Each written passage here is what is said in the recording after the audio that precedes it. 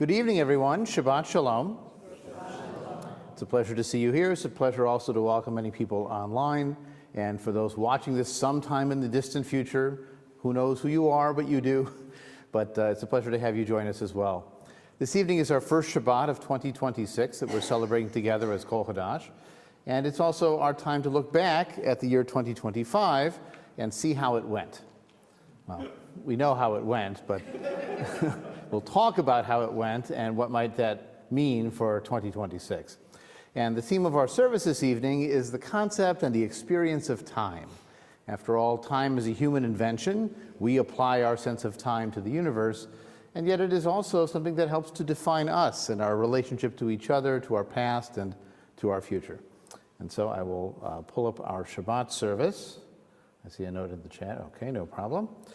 And some of you have the booklets with you. Those online have the service on their screens, or those in the room can see it on their screens as well. We'll start with our congregational nigun, or wordless melody, where the words actually don't mean anything other than the fact that we are singing together. Such as they are on the screen, bim bam, bim bim bim bam, and Shabbat Shalom. So as you feel comfortable, please join me. Bim bam, bim bim bim bam, bim bim bim bim bim bam. Bim bam, bim bim bim bam, bim bim bim bim bim bam. Shabbat Shalom, Shabbat Shalom, Shabbat, Shabbat, Shabbat, Shabbat Shalom, Shabbat Shalom, Shabbat Shalom, Shabbat, Shabbat, Shabbat, Shabbat Shalom, Shabbat, Shabbat, Shabbat, Shabbat Shalom, Shabbat, Shabbat, Shabbat, Shabbat Shalom, Shabbat Shalom, Shabbat Shalom, Shabbat, Shabbat, Shabbat, Shabbat Shalom. Bim bam, bim bim bim bam, bim bim bim bim bim bam, and hum.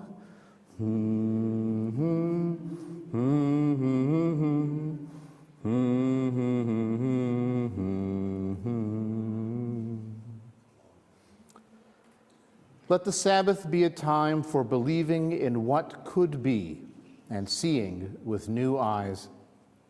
In this serious world, let us take ourselves less seriously. While the world around us unfolds in an instant, let us judge each other a little more slowly. Let the Sabbath shine a light into a corner of ourselves where hope is renewed. Let us remember a reason to be joyful, a way to be gentle. Let the Sabbath be a time for opening up, and let us find strength in our dreams and trust in our strength. I'd like to invite each of you to give yourself the gift of time, the gift of stopping, not doing, not reading, not tweeting, sitting, breathing, being, and being together. So I invite us for a moment of silent reflection.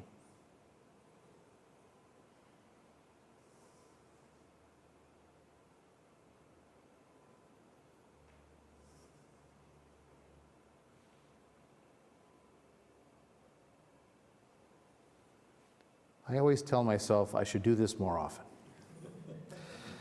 Well, to light our Shabbat candles this evening, I'd like to invite our Oneg hosts, the McCune-Hatchwell and Gerberding families. As we sing Baruch HaOr, let us light these lights.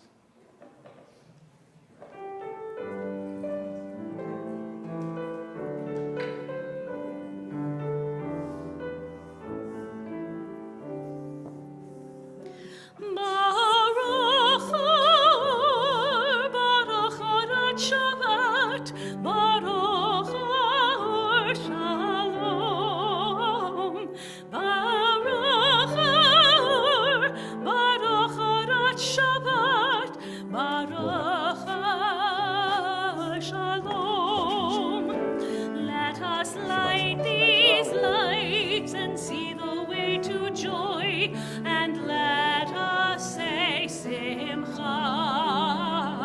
let us light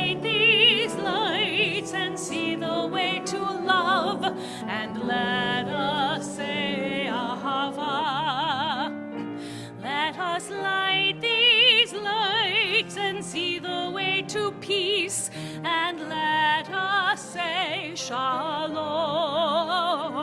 Let us light these lights and see the way to peace, and let us say shalom. And let us say shalom.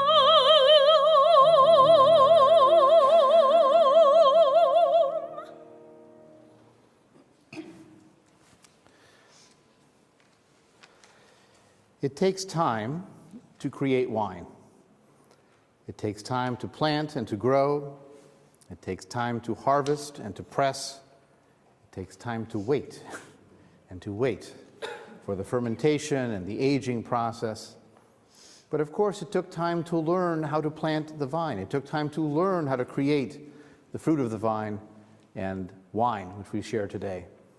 So the sharing of wine is a connection to our past and to other people and to our own sense of the passage of time and seasons as we reflect on the transition of our own calendar this month. This evening I'll sing our Kiddush in Hebrew. Feel free to join me, and then we can say the English all together. Savri maranan v'rabanan de'etmol, kiddashnu et hayayin. Savri maranan v'rabanan de'hayom, beruchim haborim pri hagafen. HaShabbat mesamchenu, HaShabbat merapenu, legufotenu, lenafshotenu. HaShabbat me'ashrenu, Baruchim HaShomrim et Yom HaShabbat. In English, together. The rabbis and sages of old proclaimed, we sanctify this wine. The rabbis and sages of today proclaim, blessed is the fruit of the vine. Shabbat makes us joyful. Shabbat heals us in body and in spirit. Shabbat enriches us. Blessed are those who keep the Shabbat. L'chaim, l'chaim, to life.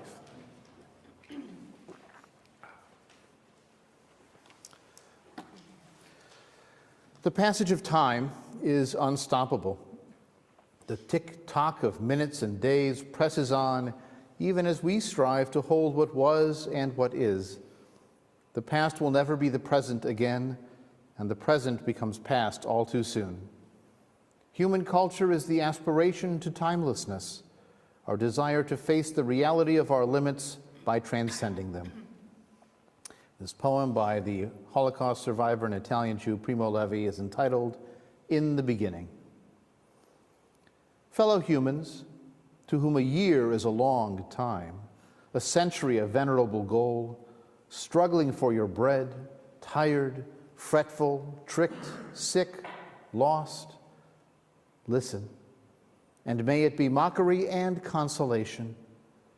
20 billion years before now, brilliant, soaring in space and time, there was a ball of flame, solitary, eternal, our common father and our executioner. It exploded, and every change began. Even now, the thin echo of this one reverse catastrophe resounds from the farthest reaches. From that one spasm, everything was born. The same abyss that enfolds and challenges us, the same time that spawns and defeats us. Everything anyone has ever thought, the eyes of every woman we have loved, sons by the thousands, and this hand that writes.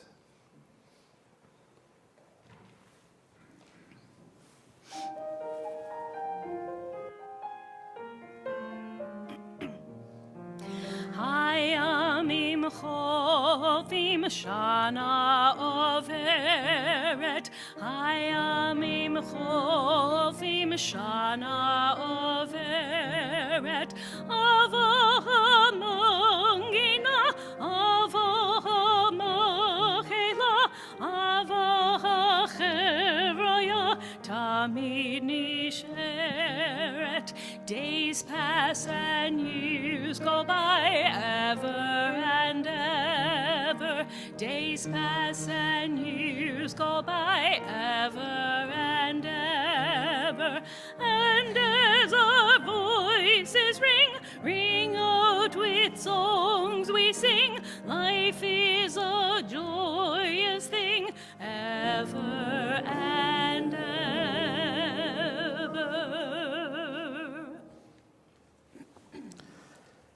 There are many measures of Jewish time.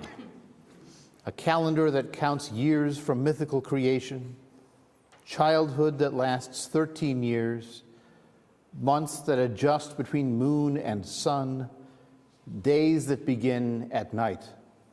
Is it any wonder that on time seems foreign to Jews? Yet Jewish time is not simply a joke. It is our path through the human experience. It is a pulse of 7 days and major festivals and the turning of the new year at the turn of the seasons and the life cycle of the human condition. Jewish time is the rhythm of our life.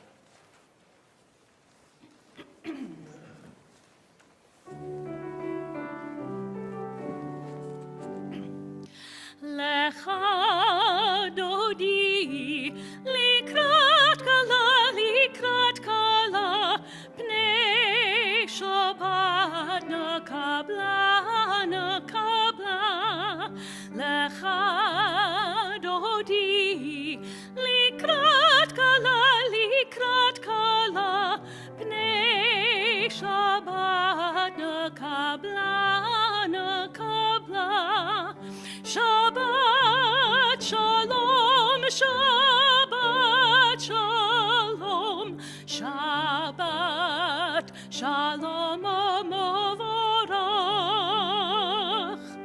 Shabbat shalom, Shabbat shalom, Shabbat shalom amovorach.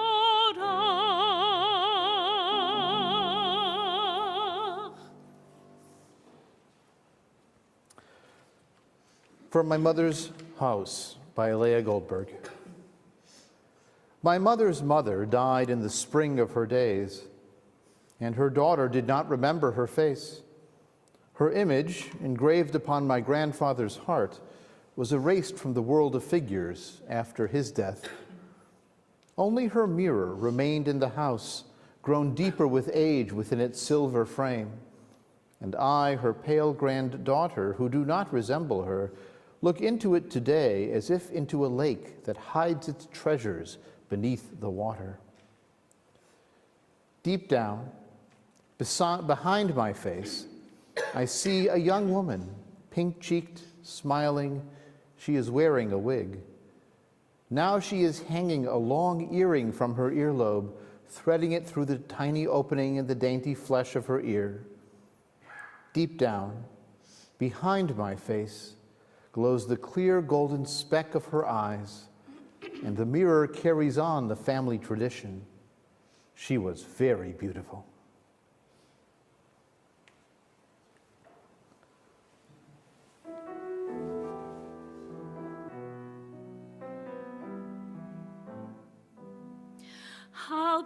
Halbishini ma kushera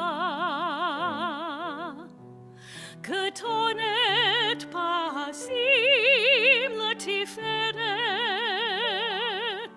ve'im sharit hovilini elei amal elei amal elei amal elei amal elei amal.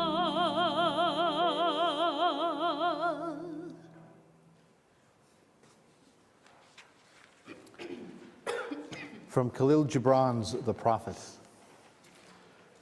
Your children are not your children.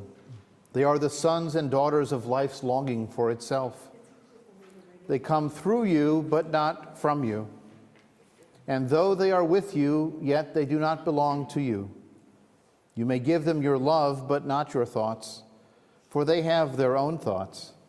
You may house their bodies, but not their souls, for their souls dwell in the house of tomorrow, which you cannot visit, not even in your dreams.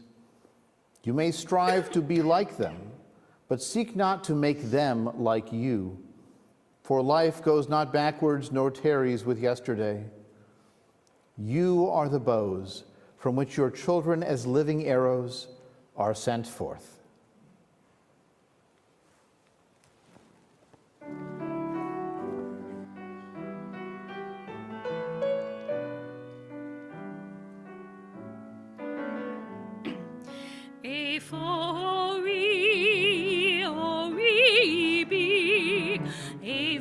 Tikvati, tikvati bi, efo kochi, kochi bi, v'gambach, v'gambach, efo kochi, kochi bi, v'gambach, v'gambach. Where is my light? My light is in me. Where is my hope? My hope is in me. Where is my strength? My strength is in me. And in you. And in you. Where is my strength? My strength is in me. And in you. And in you.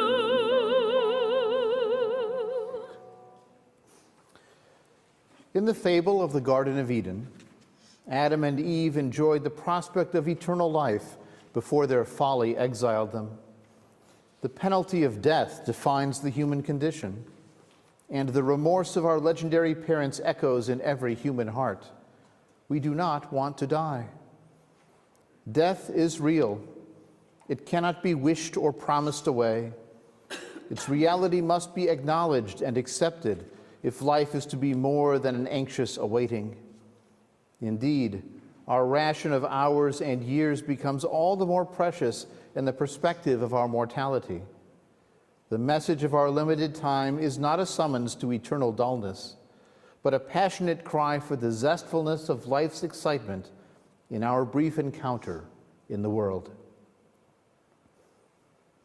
Tell me, what should a man want but to sit alone, sipping his cup of wine?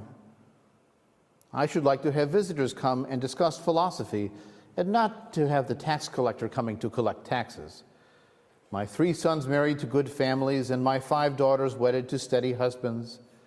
Then I could jog through a happy 80 years, and at the end, need no paradise.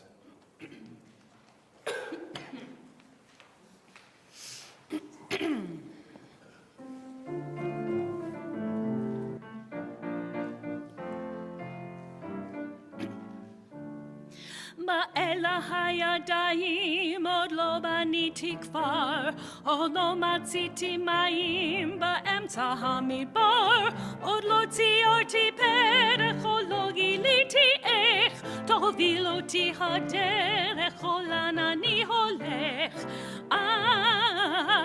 עוד לא אהבתי די, הרוח והשמש על פניי. עוד לא אמרתי די, ואם לא עכשיו אימתי.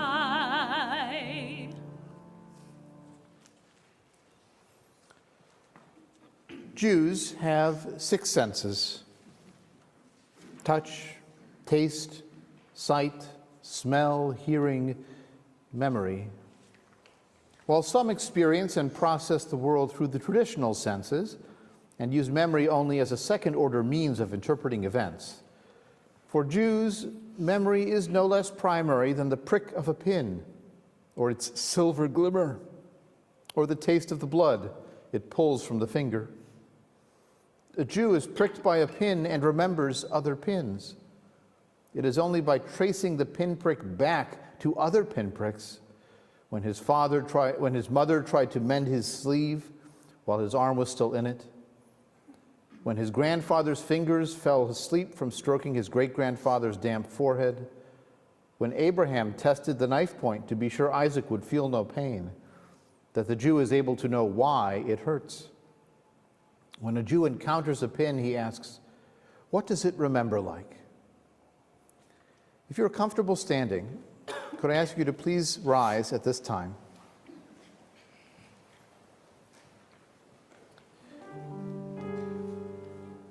In our congregation, we pause each month to remember those of our loved ones, the anniversary of whose death occurs in this season.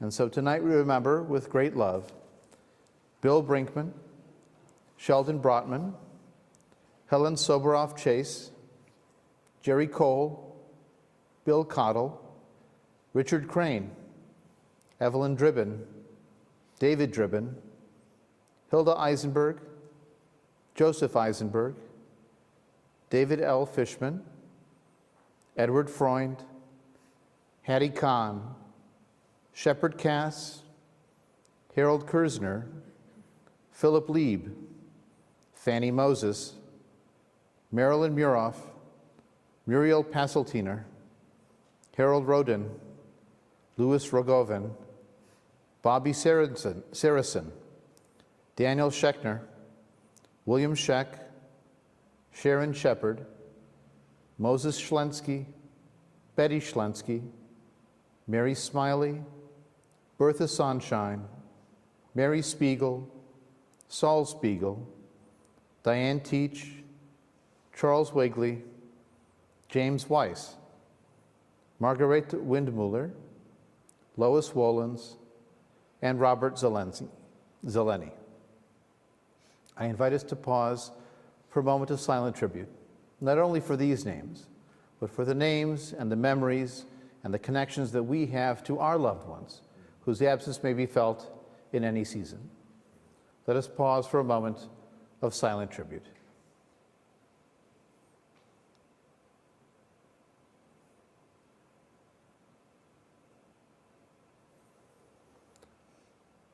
In Jewish life, we say, Zecher Tzadikim Livracha, the memory of good people is a blessing to us. Please be seated as these words are sung.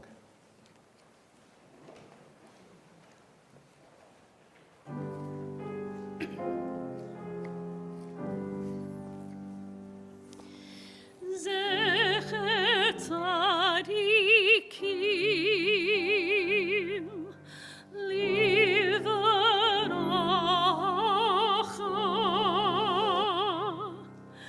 Zecher Tzadikim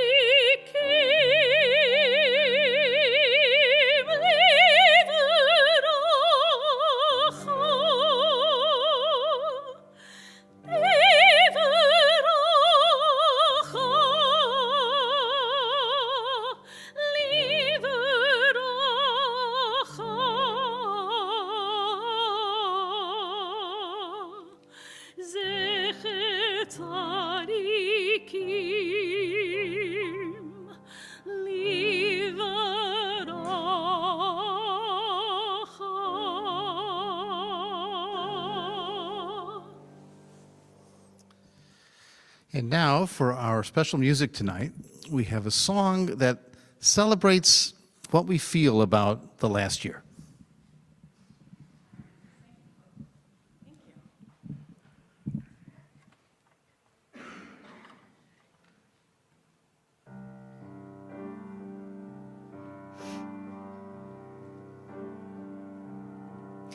There's a sad sort of clanging from the clock in the hall and the bells in the steeple too. And up in the nursery an absurd little bird is popping out to say cuckoo, cuckoo, cuckoo. Regretfully they tell us, but firmly they compel us to say goodbye to you.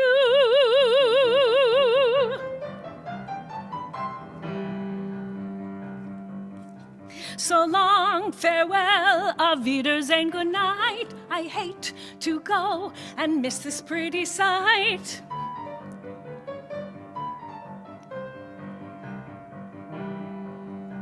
So long, farewell, auf Wiedersehen, adieu, adieu, adieu, to you and you and you.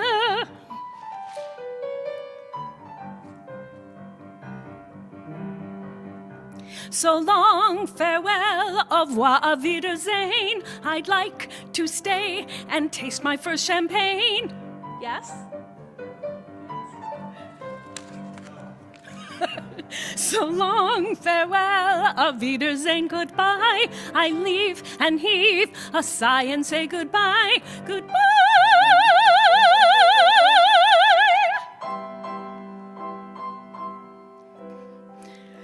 I'm glad to go, I cannot tell a lie. I flit, I float, I fleetly flee, I fly.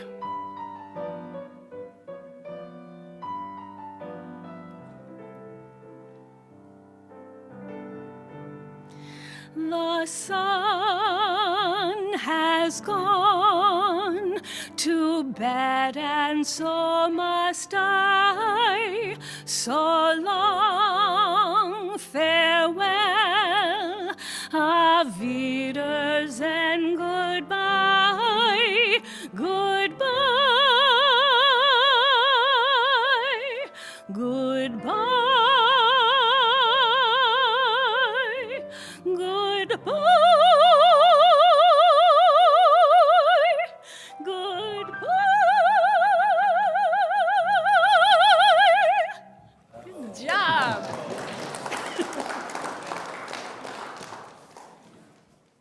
My review of 2025. 2025 sucked. My prediction for 2026. This year will also mostly suck. Yes, people get married and will get married. Babies were born and will be born. People fell in love, people will fall in love. Two people having an affair are caught on a kiss cam at a Coldplay concert, leading to thousands of memes. There will be joy, yada, yada, yada. But emotionally, politically, communally, Jewishly, we are living through some hard times. And any light at the end of the tunnel seems a long, long ways away. From the Southern California wildfires that destroyed some 16,000 structures in January, also killing 31 people, to the Texas flooding on July 4th, it killed 135 people, including 27 counselors and campers from a girls' summer camp.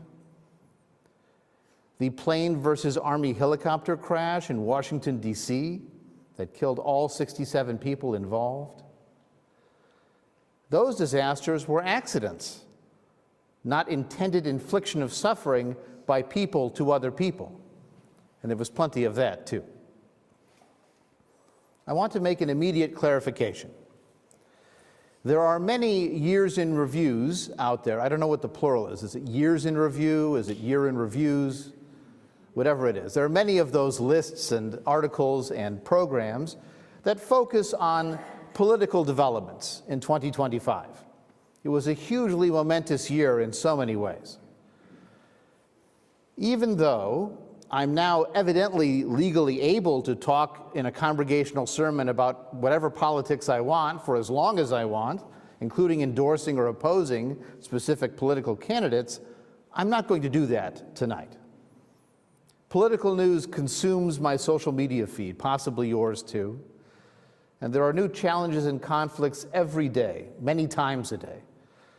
As just one example, 2025 saw over 270,000 government employee positions terminated, according to the White House, with varying degrees of legality in the termination. There were some real costs to global health and food insecurity, though I will point out that paying American farmers to grow food and then ship it overseas is actually a lot less effective than supporting local farmers to grow their own food. You see, it's a kind of welfare system in our own country, protecting a local industry. In fact, some of the conditions of sending that food aid overseas require them to not grow their own food, and they have to buy ours. So there are efficiencies to be found. However, It was problematic how it was done. There were also thousands of jobs lost in the nonprofit sector from canceled federal grants. But you can go elsewhere for more details on that, the latest on the Epstein files. Instead of focusing on politics, I want to talk about social and emotional trends, feelings, what 2025 meant to the Jewish world, our corner of the human experience. As I mentioned during our high holidays, in the fall of 2024, we wished each other a better new year, and fat lot of good that did. However, it did confirm our humanistic conclusion that sending words out into the universe doesn't actually change the universe. It can improve our emotional state, inspire us, but in the end, action is what improves reality, or the other direction. I think of 2025 as a year of epidemics, widespread, complex challenges that remain with us into 2026. Last year saw an epidemic of high-profile murders. Those two Minnesota state legislators and their spouses shot, 3 murdered in their homes. Conservative commentator Charlie Kirk assassinated on stage at Utah Valley University. Even the family tragedy of Rob Reiner and his wife Michelle murdered by their own son. And so many threats of this to so many people. Now, nationally, you may not believe this, but homicides actually dropped nationally by about 20% in the last year, including a 30% drop in Chicago. And that's after a 15% drop in 2024. There was a peak during the pandemic, and it's gone down ever since. Now, does that prove that massive National Guard and Immigration and Customs Enforcement deployments in LA and DC worked? Well, the decline also happened in cities that didn't have those deployments. Could be a broader social trend. And they didn't see armed troops on city streets. In some cities, we're down to murder rates and other crime rates that we haven't seen since the 1960s. Even mass shooting incidents were down by 20% from the year before. But it didn't feel like it. Schools, churches, 2 people leaving a Jewish museum, so many more. From a truck ramming attack inspired by ISIS on New Year's Day, 2025 in New Orleans, remember that? Killed 14 people. At Brown University this last December, there were 12 people shot while they were studying for their final exams. It's the difference between statistics and anecdotes. They're both true, they stay with us, but in different ways. It puts everyone on edge. We wonder, where's the next tragedy going to strike? And sometimes we're afraid to open the news in the morning, lest we find another tragedy. A second epidemic is the epidemic of hostile tribalism. The response to those high-profile shootings, particularly of the legislators and of Charlie Kirk, were both sadly predictable. Grief for your side, not a lot of empathy for the other side, and maybe even a kind of schadenfreude, a joy in the suffering of your enemies. It's not just hostile political tribalism, but it's also the unapologetic growth of Christian, or call it white nationalism. There's a deep hostility in government today to DEI. It rejects any kind of corrective measures. It makes deep and penetrating accusations of reverse discrimination. And there is some evidence that suggests that if you're a young white man trying to get a job, it is harder in a world where they're trying to correct the workforce to a better balance with demographic trends. Because if you're white and 50 and you've been in a job for 30 years, it's different than if you're just starting out. So there may be some empirical data basis to some of this resentment, but the response has gone in the other extreme. You see the erasure of just about anything that's non-white male in some places. They're presumed to be unmerited. When that plane crash happened in Washington, D.C., they blamed DEI initiatives in air traffic controller hiring. because the assumption was someone unqualified must have been there, if you're not hiring someone who looks like other people that you know. Most publicly, we've seen expressions of white nationalism in the racial profiling in immigration enforcement. Yes, this is a political issue, but it's also expressing the value of compassion and the value of equal treatment before the law. According to the Department of Homeland Security, after January 20th, in 2025, 600,000 individuals were deported, and another 1.9 million self-deported.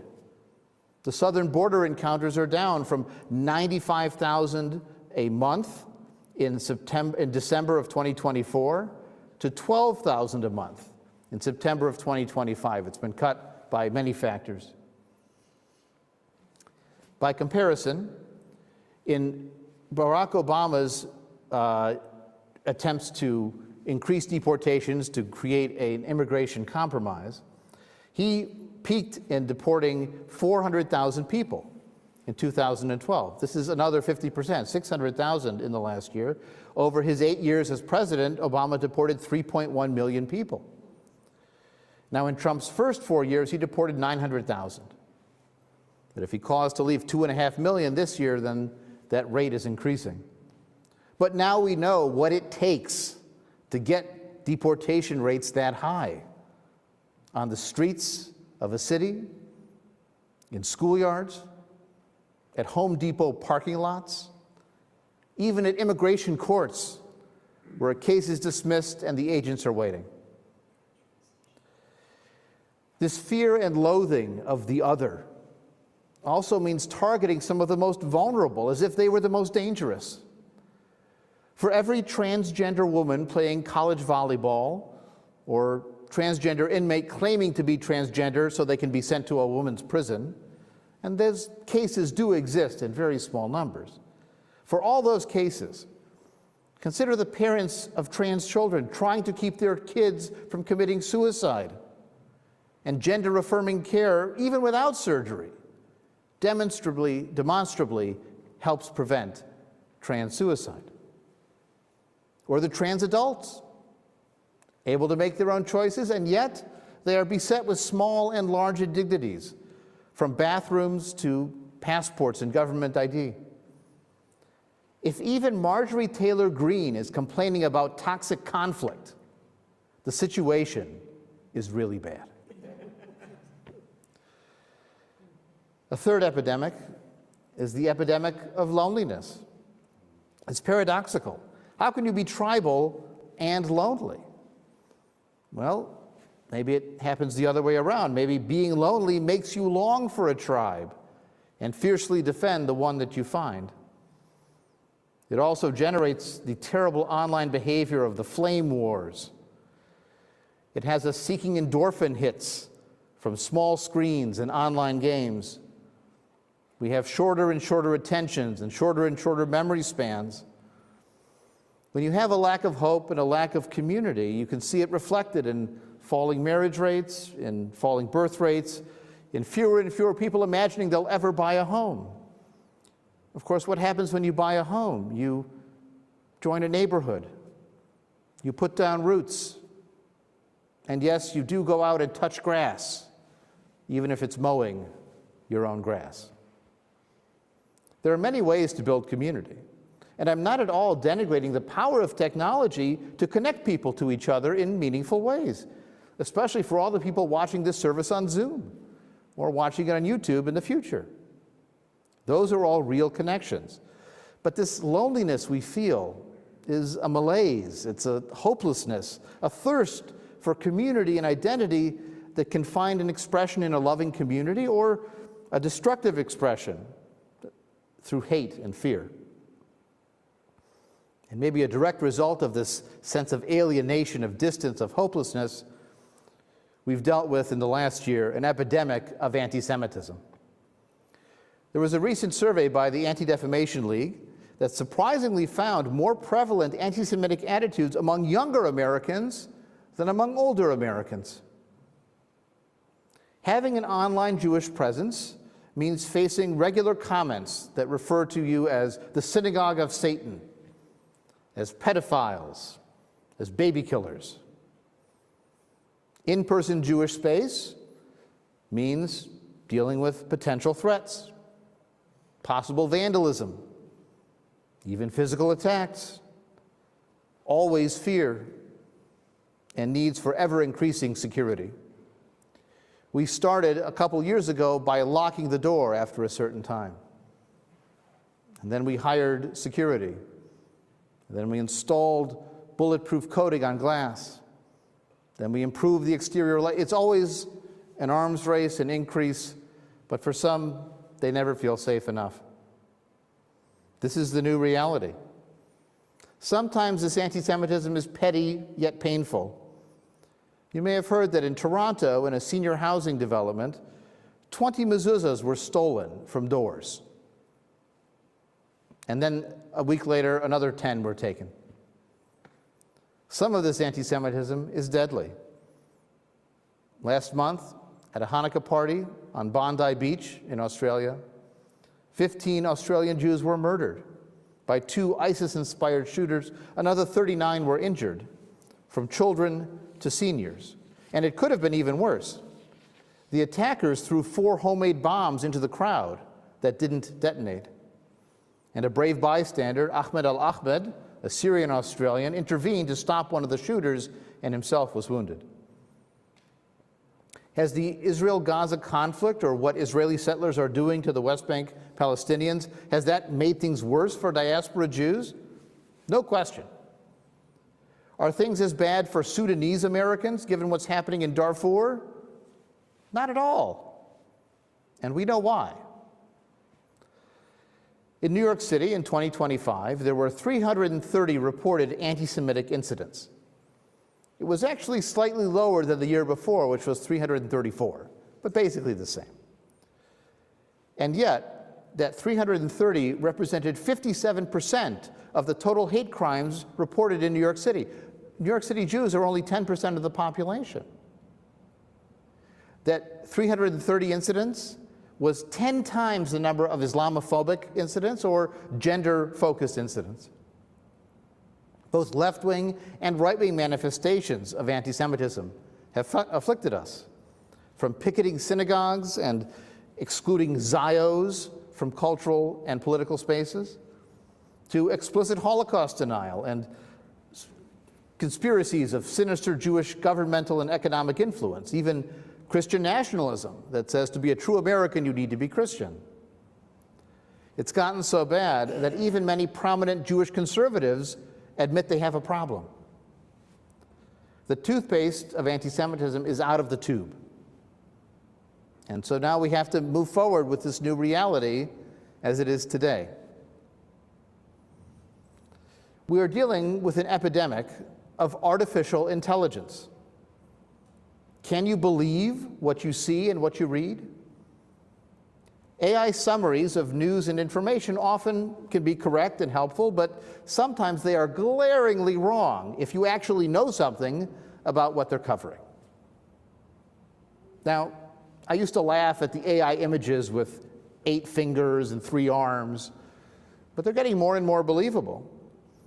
And when they're paired with a text that we want to see, like a story about Paul McCartney visiting Phil Collins in the hospital, or Rachel Maddow announcing that Walmart is leaving the United States because of Trump's tariffs, or I saw just today a particular sports figure has announced a shelter for cute puppies, but it's posted with 17 different sports figures in 17 different geographic areas, so people in that area will post the one about the person they know because they want it to be true. But wanting it to be true is dangerous. We want it to be true so badly that we don't investigate whether it actually is true. We're already having enough problems with truths based on words and statistics and revisionist ideological history. Now we also have to grapple with AI-created stories and pictures and videos that will make things even worse. There are absolutely uses for which AI is helpful, undoubtedly. I use hands-free highway driving in my car all the time. It's safer than me alone because it has radar and doesn't get distracted. But it still weirds me out when the steering wheel turns by itself. AI is useful for creating slogans, editing your own writing. We write half of our social media posts now, generating a general copy, then having AI refine it, then editing it back, and it's almost like a collaborative partner to create. It can be a companion, but it may become a crutch. Students become so reliant on it that they don't trust themselves. They'd rather use the AI answer because they trust that more than their own ability to write or to think. Will AI become as essential tomorrow as a computer was for the last 30 years? Or will AI become a Frankenstein's monster run amok? Alas, I suspect it will be both. And last, we are grappling with an epidemic of Jewish fragmentation. Differences between Israeli Jews and diaspora Jews, between Zionism and anti-Zionism, or anti-some Zionisms but not all Zionisms, a generational split, and Jewish arguments as its own sake or with boundaries, where some Jews are allowed and some Jews are beyond the pale. Now, these problems unfortunately overwhelm unquestionable successes that Israel experienced against what Iran called the Ring of Fire, because they had proxy armies in Yemen and in Gaza and in Lebanon and in Syria and in Iran itself with all those ballistic missiles. They had circled Israel and were going to destroy it someday. And in 2025, we had the conflict with Iran. In 12 days, it was over. They have a fraction of the ballistic missiles they had. Their nuclear program is definitely set back. The regime itself is tottering under the pressure of this defeat. In Lebanon, Hezbollah has been neutered, a new government has been installed and is confronting Hezbollah for the first time in a generation. There's a new Syrian regime getting its feet under it. So there's been tremendous progress. And then there's Gaza. There was ultimately a ceasefire in Gaza, or you can call it a ceasefire with quotes if you want, that was established in October. It included releasing a surprising number of surviving Israeli hostages after hundreds of days in captivity. Overall, since October 7th of 2023, 168 living hostages made their way back to Israel by releases or were rescued by IDF forces. Originally, there were 250 taken captive, but 85 of them were killed by friendly fire or died in captivity at the hands of their captors. At the same time, of course, in that same time period, since October 7th of 2023, estimates are that maybe somewhere as many as 60,000 Gazans have died in that period. But there's no official breakdown in those numbers between Hamas fighters and the civilians they're hiding behind. And so now we enter 2026 with a stalemate. Israel still controlling over half of the Gaza Strip, with billions of dollars worth of cleanup and reconstruction awaiting, and Hamas refusing to disarm or accept that any other authority could be in charge. Do we celebrate achievements? Do we recognize sacrifices? Do we think about progress, or do we grapple with the fact of a stalemate? The stresses of this war, the stresses of global hostility and internal debates within Israel, these diaspora questions of what is our Jewish identity vis-a-vis Israel or without a relationship to Israel? What is its role in our relation to the rest of the world that we live among? After all, we don't see the world as incurably anti-Semitic and anti-Jew. Many of us live in that world. Some of us have married that world. We are part of that world. We speak its language. We live its culture. And so we have a different reaction to those protesters on the street or legal cases that work its way through the courts. Are we a nation, an ethnicity? Are we focused on ethical behavior of us as Jews and a Jewish state, or is it whatever is needed for survival for us?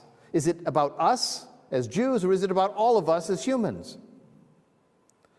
With public criticism of Israel at an all-time high, on both the political left and now the MAGA right, that rhetoric of globalize the intifada has affected almost all Jews, not just Israeli academics.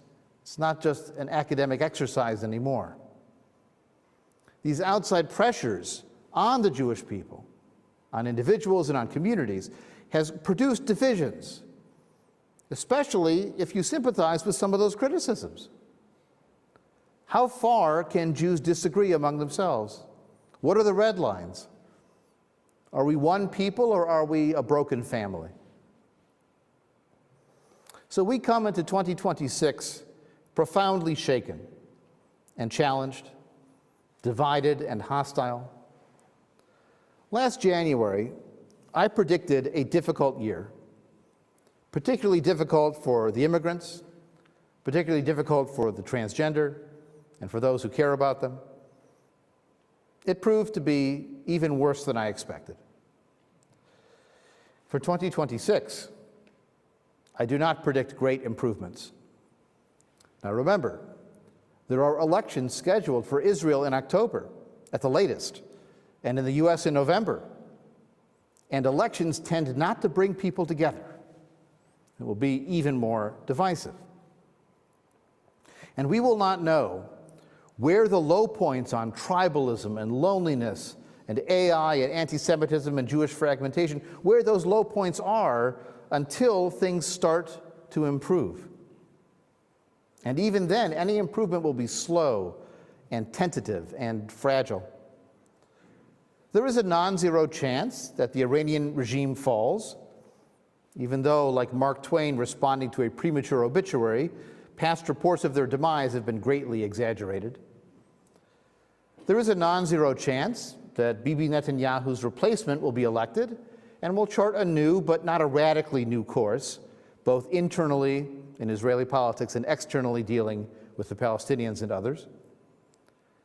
There is a non-zero chance that the excess extremes we've seen in our streets and on our screens and in public dialogue in 2025, that those will be dialed back and restrained in 2026. There's a non-zero chance. But we also have to brace ourselves for the opposite of all those possibilities. This week's Torah portion is the first portion in the book of Exodus. The Hebrews have been fruitful and multiplied, and then there arose a new king over Egypt who did not know Joseph, and everything changed. Slavery, suffering, even murder of children commenced. Even after Moses meets God and is promised deliverance, things continue to get worse before they get better. Tonight, I can offer you hope, but I also encourage you, in an old phrase, to gird your loins. We may not be in the wilderness for 40 years, but there are no guarantees and no shortcuts to our own promised lands. I'm sorry to be a downer, but all I promise you is honesty. When I read events, I am concerned. When I think that it's still not January 20th, the first year isn't over. And these conflicts, these stresses, the arsonist who should be a fireman, we are still dealing with it and will for the next 3 years, most likely. And so this is our challenge, to try to find harmony and common ground. There are inklings of it here and there, legislation that passes despite recalcitrant opposition, bridging attempts, maybe. We have to look for the sparks of light. If we can assemble those sparks into something that resembles a candle or a lantern, maybe we have more hope. But in the long run, we have to be ready for what might be worse before it gets better. I do want to thank our Onikos this evening, even if I've turned your stomach and you don't want anything to eat afterwards. Hopefully you'll stay and have a chance to schmooze. I want to thank those who joined us online as well. Our closing song, which is on the last page of your service, is an affirmation of what people can do to make the world better. It is Hevenu Shalom Aleichem. We bring you peace, and I hope that in the year to come, we will be able to look back at 2025 as the low point And 2026 as the turn as things get a little bit better and a little bit better.